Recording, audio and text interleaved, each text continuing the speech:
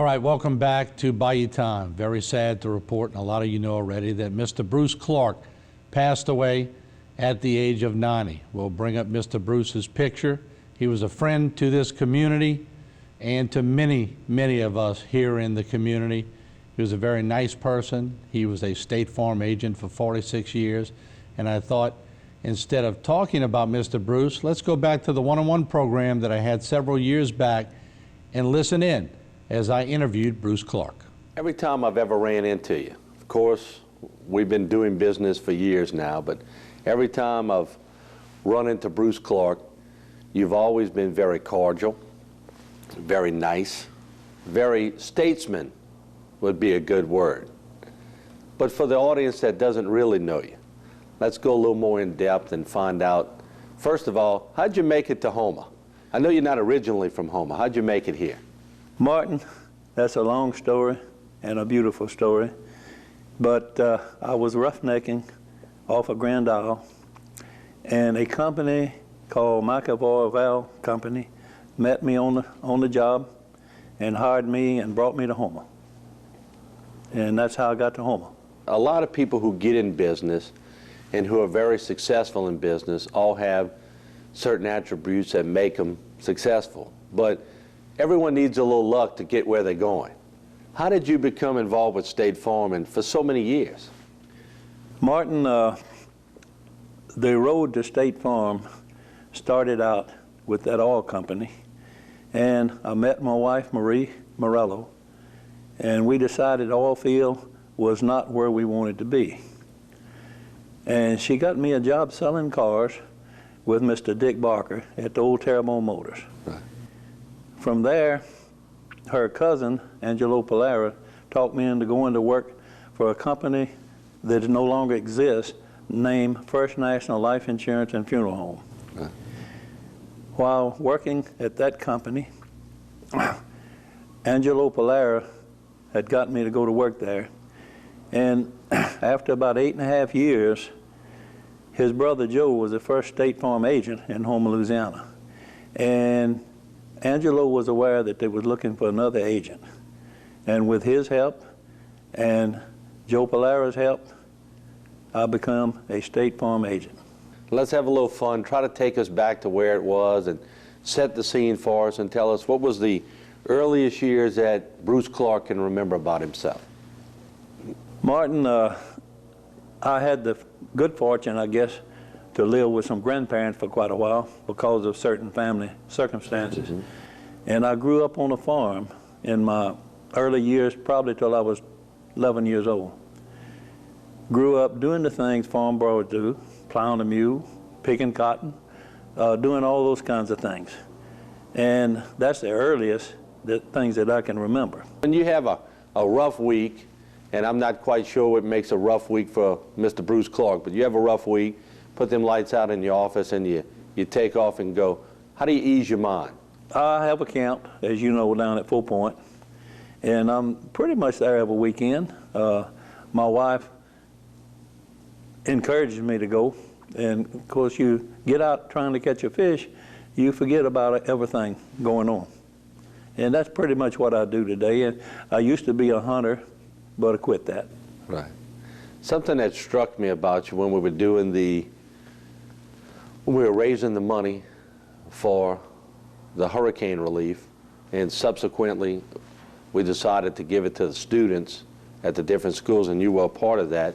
You were in the $5,000 club, and when you first came with the money, you said that after you talked to your wife, y'all had decided, and that struck me because you didn't make that decision alone or as a businessman. You went home and conferred with your wife and made that decision, and that struck me because you don't always hear a business owner saying, I went home and talked it over with my wife. She really is your partner in that deal.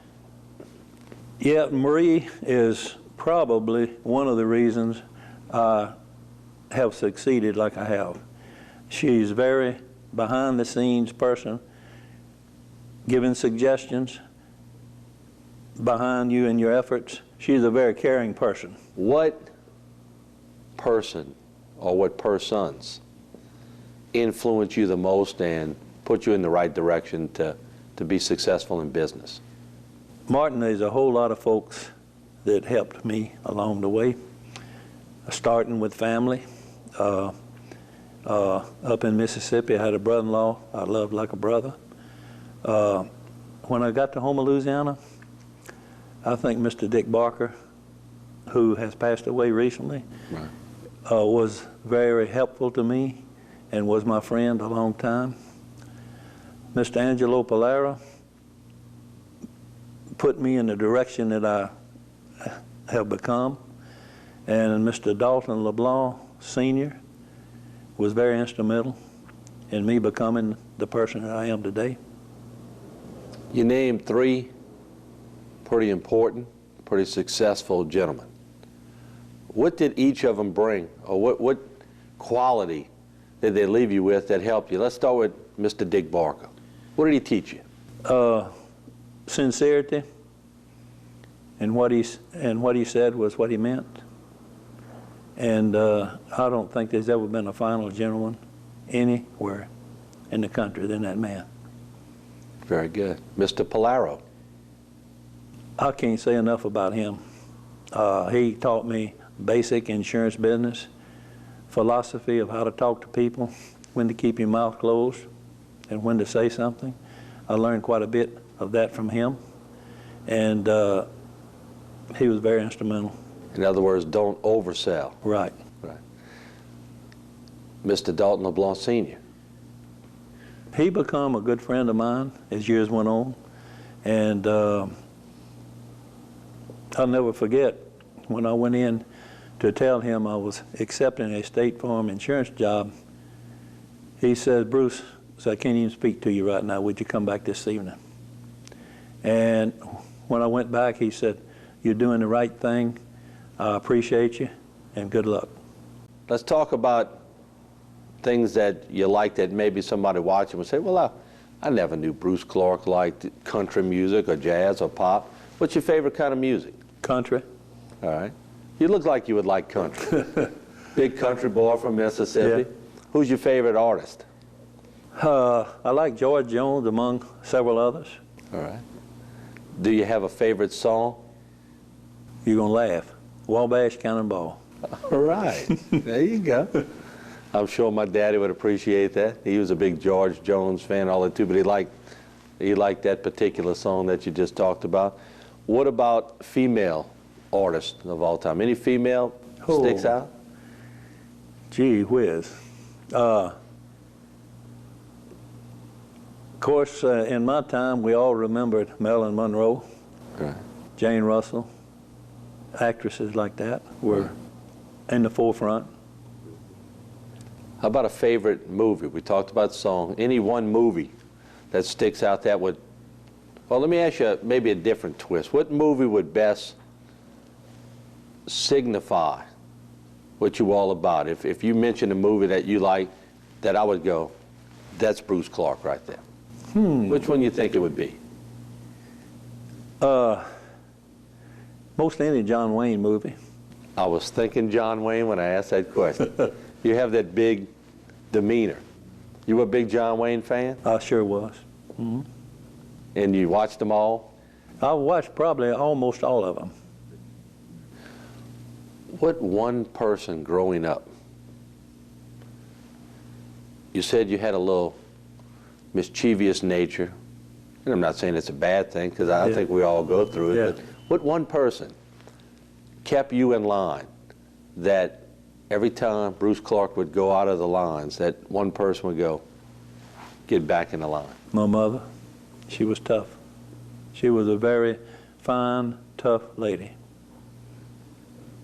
How was some of the ways she disciplined you? Look at you pretty good. So, son, where was you last night, or something like that? Right. And look at you pretty good. And you couldn't lie to her? No. And if you did lie, what happened? I don't think I ever did that. Or if I did, I didn't get caught. There's that mischievous nature coming out again. The one word that your mom, your friends, Mr. Dick Barker, Mr. Polaro, Mr. LeBlanc, and all the people that were instrumental in your life. The one word that they would use, your wife. If I asked them all to sit down and say, what one word would best describe Bruce Clark? And they all had to come up with that word and give you that one word. What would you hope it would be? I feel like they would say he cares, or he's a caring person, and he's a sincere person. And I guess caring and sincere really go hand in hand. Is that the way? That's the way I see you. And I think that's the way others see you. And I think that means a lot to you, that people know you care. Because I didn't call you for Hurricane Katrina and ask you for money. You called us and came forward and gave money, and that's sort of in your nature, is to help. Have you always been a helping person your whole life? Martin, I have. If you allow me to tell a little story. Absolutely. When Marie and I first married, and we neither one had a lot of money, we both was working hard, I used to send my mother money because she wasn't able to work anymore. And I sent her a little something every month. And there was not a month that gone by but what Marie didn't say, Bruce, have you sent your mother any money this month? So I think Marie has a lot of influence on what I've become and how I care. You know, men sometimes don't stop to think about certain things. It's our nature. And she's right there with it for me. Where did you meet her? I met Marie in the post office. Okay. One morning, I was going to pick up the mail for the company, all company I was working for, and she worked at the clerk of court's office for 18 years, and she was going to pick up the clerk's mail. And I walked in the door, and there was a pretty little black-headed girl, and I always loved black-headed girls. And we got started talking, and I took her to dinner that day, and things kept going. Was it just clicked? It just clicked. You made the right choice, and you wouldn't do that any differently? No way. No way. Yeah. And you said that with some resolution, too. But I know you didn't say it just because the TV camera's on. I know. I forgot about that. I know how you are. I mean, you won't say something unless you mean it, but she's meant that much to you, hasn't she? She has. She's been with me all the way. Mr. Bruce, I just want to thank you for all you've done for the community. You've been here a long time, and I know a lot of people will echo what I'm about to say, that you've always been a gentleman, a statesman. You've been courteous to people, and you put people's best interests sometimes before yourself. And I just want to thank you on behalf of the community for what you meant for the community, and thanks for joining us today on 101. Martin, thank you for having me. As you know, I appreciate you, and I appreciate those kind words. Thank you so much. Thank you. Very sad to hear about the passing of Mr. Bruce Clark. He remains in our hearts in this community. He was so beloved in this community. As we say goodbye, our condolences to his entire family. We'll be right back.